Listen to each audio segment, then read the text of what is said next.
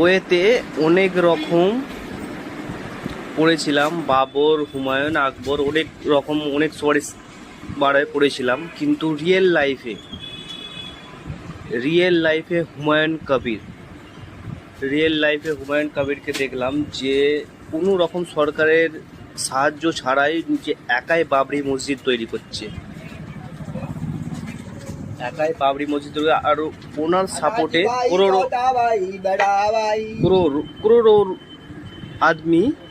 করোড়ো লোক ওনার পাশে আছে এখন।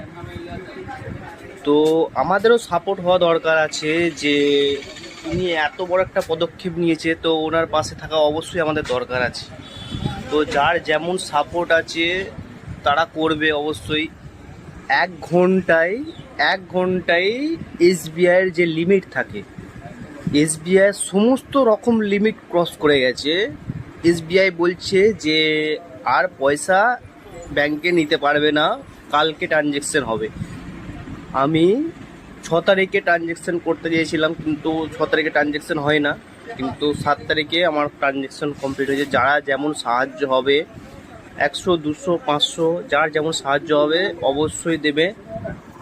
আর এটাই বলতে চাইবো, আমাদের হুমায়ুন কবিরকে সাপোর্ট করো, যাতে উনি বাবরি মসজিদ তৈরি করতে পারে।